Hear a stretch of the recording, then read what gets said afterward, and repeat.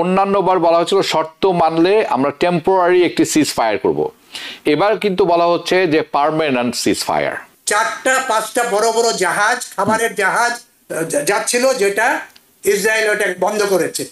আজকে নেতানিয়াহুর পরিষ্কার প্ল্যান হচ্ছে জি গাজাকে সম্পূর্ণভাবে দখল করে নিয়ে প্রত্যেকটা লোককে মেরে ফেলবে ওখানে, যদি তারা অন্য কোথাও না যায়। তাদের কোনো ভোটিং রাইট থাকবে না, তাদের কোনো পলিটিক্যাল রাইট থাকবে না, তাদের শিক্ষার কোনো রাইট বলে কনসেপ্ট যেটা একটা স্বাধীন দেশের বা স্বাধীন লোকের থাকে সেটা থাকবে না। ইসরায়েলের আন্ডারে তারা যা বলে তাই করতে হবে এবং তাদের চলতে হবে। ডক্টর শফিকুর রহমান, আমি আন্তর্জাতিক প্রসঙ্গে যাব। টনি ব্লেয়ারকে দায়িত্ব দেওয়া হয়েছে, আপনারা ইতিমধ্যে জানেন, গাজা পরিকল্পনার ব্যাপারে এবং নতুন করে একটি পিস প্রসেসের জন্য। আমার কাছে কয়েকটি শব্দ চোখে খুব বড় করে পড়েছে। এবার যে পরিকল্পনাটি হচ্ছে তার মধ্যে অন্যতম একটি জিনিস আমার চোখে পড়েছে। অন্যান্যবার বলা হয়েছিল শর্ত মানলে আমরা টেম্পোরারি একটি সিজ ফায়ার করব, এবার কিন্তু বলা হচ্ছে যে permanent seize fire. And seize fire before all these things are done, সবকিছু শেষ হওয়ার আগেই সিজ ফায়ারটি হতে হবে। It's a big shift in terms of wording, শব্দের ব্যবহারের ক্ষেত্রে। সেটি আপনি কেমনভাবে দেখেন? এটি একটি ব্যাপার। টনি ব্লেয়ারকে দায়িত্ব দেওয়া হচ্ছে, যার কিন্তু অতীতটি খুব একটা ভালো নয়, অতীত বলতে অতীত রেকর্ড ভালো নয়। তিনি এবং জর্জ বুশ দুজন মিলে ইরাক আক্রমণ করেছিলেন, সেটি আপনারা জানেন। তার পরবর্তীতে টনি ব্লেয়ারকে দায়িত্ব দেওয়া হচ্ছিল ইরাকে এই নতুন একটি সরকার গঠন করতে এবং মধ্যস্থতা করতে, এবং সেই সরকার সেখানে বসার পরে আজ পর্যন্ত ইরাক শান্ত হয়নি এবং সরকারটি হয়েছে পশ্চিমা অনুগত অবশ্যই, এবং স্থানীয় লোকরা অর্থাৎ ইরাকের জনগণ সেটি ভালো চোখে দেখেননি, যার ফলে কোনো সমস্যার সমাধান তো হয়নি, একটি নামকাওয়াস্তে একটি সরকার রয়ে গেছেন এবং সেটি তার বিশ্বাসযোগ্যতা তলানিতে। ওকে, আমরা কি একই রকম? প্রথম কথা হচ্ছে টনি ব্লেয়ার কি সফল হবেন কিনা এই ব্যাপারটিতে, না এই যে প্রচেষ্টাতে। দ্বিতীয়ত হচ্ছে এই যে লোক যার হিস্ট্রিটা খুব একটা সফল না, আমরা কি প্যালেস্টাইনে আরেকটি সরকার দেখতে পাবো যেটি হামাস নয়, যেটি পিএলও নয়, যেটি মাহমুদ আব্বাস নন, কিন্তু যার স্থানীয় প্যালেস্টিনিয়ান জনগণের কাছে গ্রহণযোগ্য থাকবে না? আপনি কি মনে করেন? খুবই কঠিন সিচুয়েশন এখন প্যালেস্টাইনের জন্য। ৬৬,০০০ লোক মারা গেছে, ১.৫ লক্ষ ২ লক্ষের মতো এনজিওর ছোট্ট একটা জায়গা, তার ভিতরে তাদের না আছে থাকার জায়গা, না আছে খাবার জায়গা, না আছে পানি পাওয়ার সিচুয়েশন। শিশুরা মারা যাচ্ছে, মারা মারা যাচ্ছে।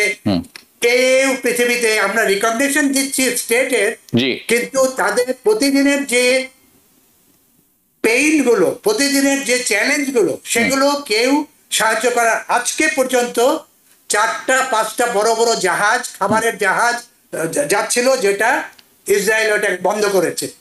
আজকে বন্ধ করেছে, খাবারের জাহাজও ওখানে যেতে দিচ্ছে না।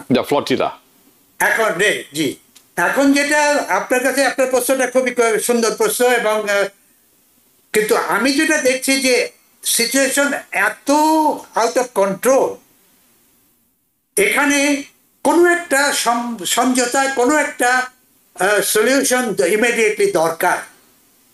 এবং এই বড় রকম সলিউশন তো আমরা গত ৭০ বছর যাবৎ বিভিন্ন রকম চেষ্টা করেছে, হয়নি। ইসরায়েল কখনো প্যালেস্টাইন স্টেটকে স্টেট হিসেবে মেনে নেবে না, আগে বলতো না, এখন ওপেনলি বলছে। এই যে পরিষ্কারভাবে বলছে এবং তারা করছে, তাদের পরিষ্কার প্ল্যান হচ্ছে, নেতানিয়াহুর পরিষ্কার প্ল্যান হচ্ছে গাজাকে সম্পূর্ণভাবে দখল করে নিয়ে প্রত্যেকটা লোককে মেরে ফেলবে ওখানে, যদি তারা অন্য কোথাও না যায়। তাদের আইদার খাবার দিয়ে মারবে, পানি দিয়ে মারবে, অথবা গুলি করে মারবে। তো এই যে সিচুয়েশন একটা তৈরি হচ্ছে বা হয়েছে, এটার একটা ওয়ে আউট দরকার। এখন আমার কাছে এই যে ২১টা পয়েন্টের মানে ডিটেল জিনিস রয়েছে, যে ২১টা পয়েন্ট দিয়েছে, আপনি একেবারে সত্যি কথা বলেছেন যে একটাও এদের মধ্যে মানে ইউজফুল না সাধারণ লোকের জন্য। এখন সেখানে তাদের কোনো ভোটিং রাইট থাকবে না, তাদের কোনো পলিটিক্যাল রাইট থাকবে না, তাদের শিক্ষার কোনো রাইট বলে কনসেপ্ট যেটা একটা স্বাধীন দেশের বা স্বাধীন লোকের থাকে সেটা থাকবে না।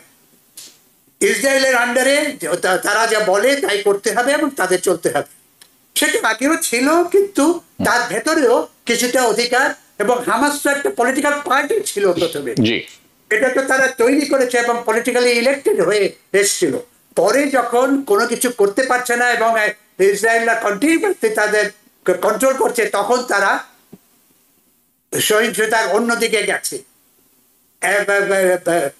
কাজী আমার কাছে যেটা মনে হয়, অনেক কিছু আমরা আশা করি না, কিছু হবে বলে আমার মনে হয় না, কিন্তু তার ভেতরেও ইমিডিয়েটলি যদি এই অত্যাচারটা, এই অন্যায়টা মানে আপনি যদি বলতে চাচ্ছেন সেটা হচ্ছে এই যে গণহত্যাটা অব্যাহত আছে সেটাও যদি বন্ধ হয়, যে বন্ধ হওয়ার খাবারের ব্যাপারে যদি হয়, এই যে শিশুরা মারা যাচ্ছে, হসপিটাল ধ্বংস হচ্ছে, স্কুল ধ্বংস করছেন, আপনি সামনে শীত আসছে, তার একটা ভিত হওয়া দরকার এবং ভিতটা ইমিডিয়েটলি হওয়া দরকার আপনি মনে করছেন? হ্যাঁ, এবং এখানে যে আরেকটা যেটা হচ্ছে সেটা হচ্ছে যে এর লং টার্ম কি হবে।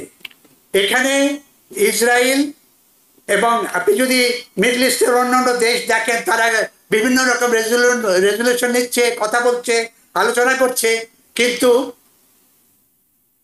রিকনস্ট্রাকশনের খরচ কে দেবে? আগে প্রথমে যখন নেতানিয়াহু প্রেসিডেন্ট ট্রাম্পের সাথে কথা বলেছে, তারা ওটাকে দখল করে নিয়ে তার জামাইকে দিয়ে ওখানে নতুন ডেভেলপমেন্ট করে ওটাকে তারা খরচের দায়িত্ব নেবে।